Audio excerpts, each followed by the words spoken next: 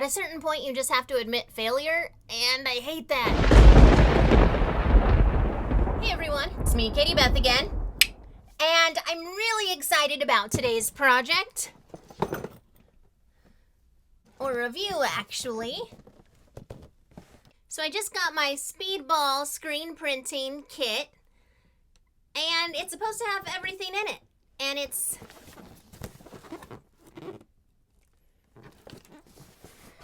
the level 3 kit. My friend has a level 2 kit, which seemed to do everything this one did. It just didn't have this light.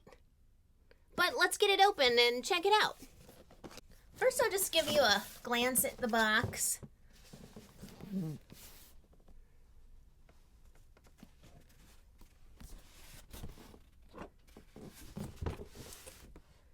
the bottom is just this.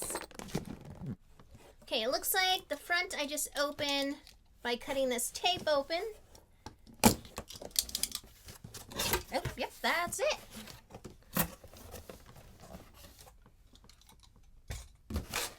So, first opening it up, looks like you have the squeegee, a lamp holder, and it looks like I have the lighting fixture in here.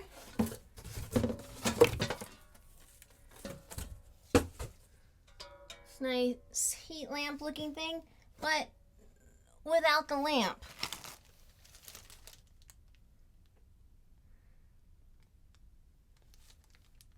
Okay, so it comes with everything but the lamp. It does have the lamp in here. And it looks like it says photo flood, average life 3 hours. So this is only going to last 3 hours. So this lamp says it's 250 watts and 8,500 lumens. So pretty bright, very bright actually. Okay, that's the lamp. Here's the lamp fixture. I'm pretty sure this is a lamp holder somehow. Guess I'll find out in a bit. Let's see what else we got here.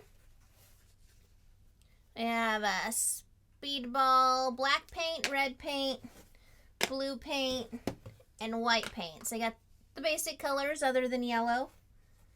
Would have been nice if they had a yellow. What? I was going to say beggars can't be choosy, but I wasn't really begging. I full on just bought this kit. And then we have photo emulsion remover. Emulsion. Does anyone know how to pronounce that word? Photo emulation. And then we have the photo emulation. So we got remover and doer. Let's see. We got hardware, I guess, to put the frame together. And this is for the photo stuff too, I believe. It seems really dry, but I've read in the reviews that it is just dried on in there, and then you add water to make it liquid again.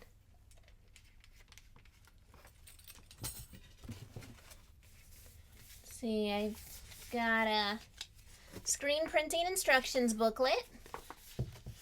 I may or may not read these. I probably should. It's an expensive enough kit that I shouldn't just completely waste my money.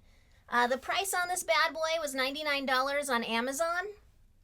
And I think that's pretty much about the same price pretty much anywhere you're going to get it. So that was the instruction booklet. I'll maybe try and read through it in a bit. We got this screen. One side feels slick and the other side feels not quite textured, just not slick.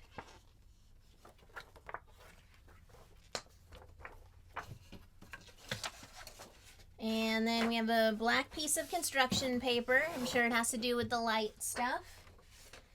And then a screen. A really nice silk screen, just feels nice. Wow.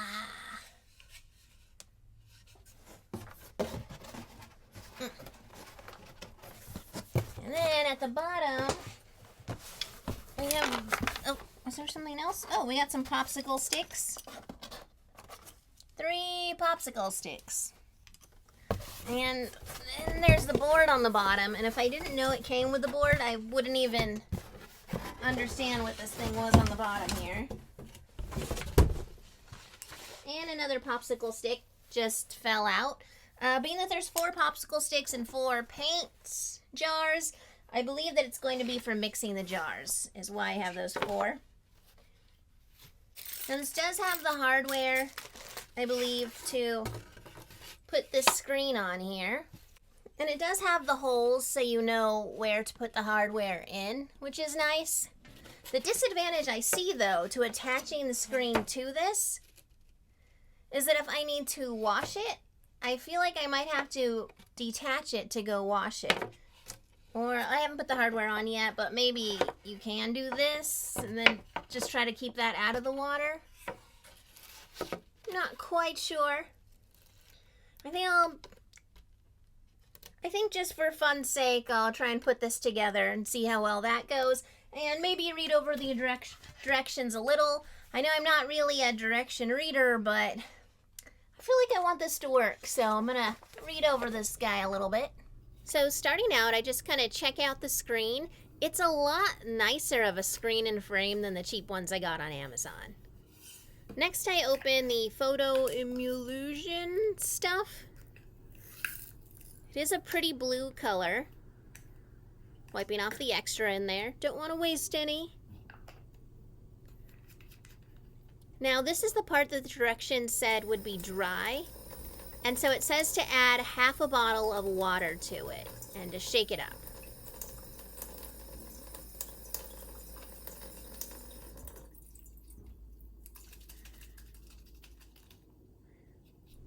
And now it's a gross brown color. It's the color of the stuff that doctors pour on skin to disinfect it, I guess. So I just dumped the whole bottle into the little thing. That's what the directions said. I actually read the directions this time. And then start stirring it up. And as I stir, I do see that it does start to become a little bit of a green color. And then a lot of a green color once I get it fully mixed. And I just wipe off the excess again. Waste not, want not. Then I go ahead and pour it along the edge of the screen. And just smear it on. Now you might be noticing that it is getting on the paper bag I have underneath. The directions didn't say to put it on anything or to hover it above anything. So I didn't even think about that if I put it over a paper bag, it would just basically screen print that paper bag. So next I moved it to the sink so I would have space where things wouldn't be smushing underneath it. And I just try to get those even coats. I do try to get it all the way up into the edges so the entire screen will be coated. And then on the little bald spots I try to get in there also. And once I have it nice and even, I flip it over, and that concerns me that it's not even strokes. So I try to even it out on the other side. Make it nice and smooth. And then again, I wipe off the excess in the jar so it can be reused. And it's still not quite smooth. And looking at it now, I should have completely smoothed the other side again, but I didn't. So while I let that dry in a closet for about 4 hours, I printed out my transparency, and the first one came out really bad, but the second one I printed on the other side, and it came out a little better than that first one had. And then this is what it looks like on paper, so obviously my image wasn't that clear to start with. Also, the edges got cut off, so I added some clear tape and drew onto that so I'd have my whole picture. Next, I also trimmed the edges, just so it wouldn't be too much overflow. It really wouldn't make a difference now that I think about it, but I also cut off the little extra dark parts that had gotten printed on. Now here's what really grinds my gears. The kit is supposed to be a complete kit that has everything in it that you need to start, but it doesn't tell you... Well, it does tell you, but after you've already purchased it, that you also need a piece of glass to hold it down. And since I don't have a piece of glass just lying around, I went ahead and used a glue stick to glue it down. The directions did say if you don't have glass, you can tape down your transparency or glue it on. Unfortunately, my glue stick is purple. So I went in the dark and glued it down and also taped it down. So I did all that in the dark, so it's not quite perfect. And I also forgot to get the light ready, so I'm getting it ready now. I only tried for a while to get the handle to stick on, and then I just held it above the painting. So I held it on there for about 8 minutes. And then I realized I never put the black paper underneath. So I went ahead and left it on for about 3 more minutes, just in case it needed that black paper. And this is what I ended up with. So you can kind of see the picture. I think the parts that didn't get cooked by the light are a lighter green color. And I just go ahead and wipe it with a sponge. I'm going to cut a lot of this time out because I really spent a lot of time scrubbing this thing. And eventually some of the light green does start to come off and reveal the screen so that paint would be able to go through it, but not very well. This is probably after about 6 minutes of purely scrubbing. Only the edges of some parts seemed to come through, so I went to scrubbing again, and eventually this was my finished product. So the parts the light shined through are the parts that would work. So I'm not happy about it one bit. At a certain point you just have to admit failure, and I hate that, but this is the screen I ended up with. As you can see, the green part is the part that would block any of the paint out, and the more clear part is the part that the paint would go through. I admit that as much as I tried to follow directions on this one, I obviously missed some things. For instance, I forgot to put the black piece of construction paper behind the screen before putting the light on it, but I can't see that it would do that big a difference. And maybe because after 8 minutes I did remember to put the construction paper behind the screen and did that and put the light on it for another few minutes, maybe that's why it got overexposed and didn't want to erase from some of this. Also, some of the black seemed to get burnt onto the screen. And that is also some of the part that just doesn't want to come off, and I feel like if I keep scrubbing at it, I'm really gonna just scrub off the green part also. I already started doing that partially on some of these parts around here.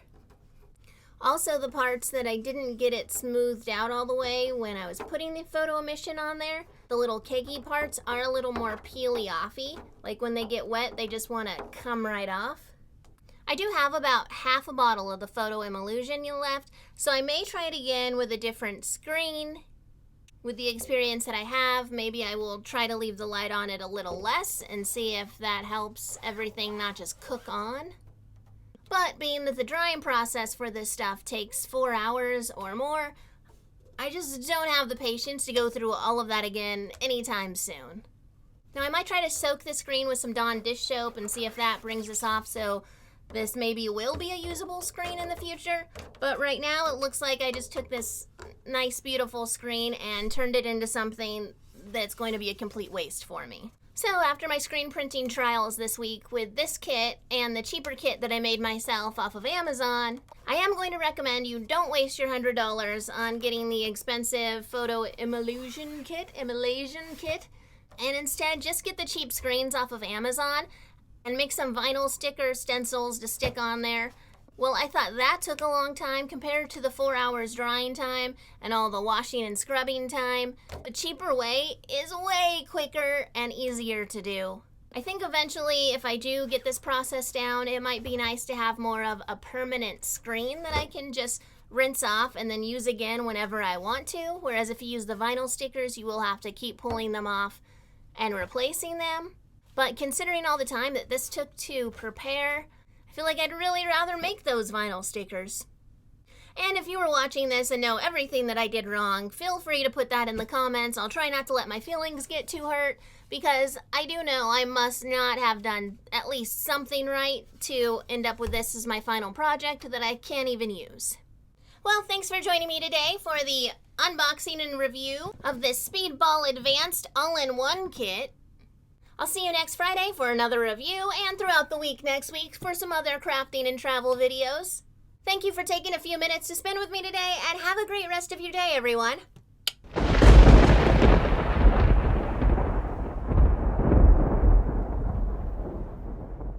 My voice is really echoing out. I don't know if you can hear it on the camera. Echo, echo, oh, echo, echo. I guess it's out of this. Maybe only I can hear it.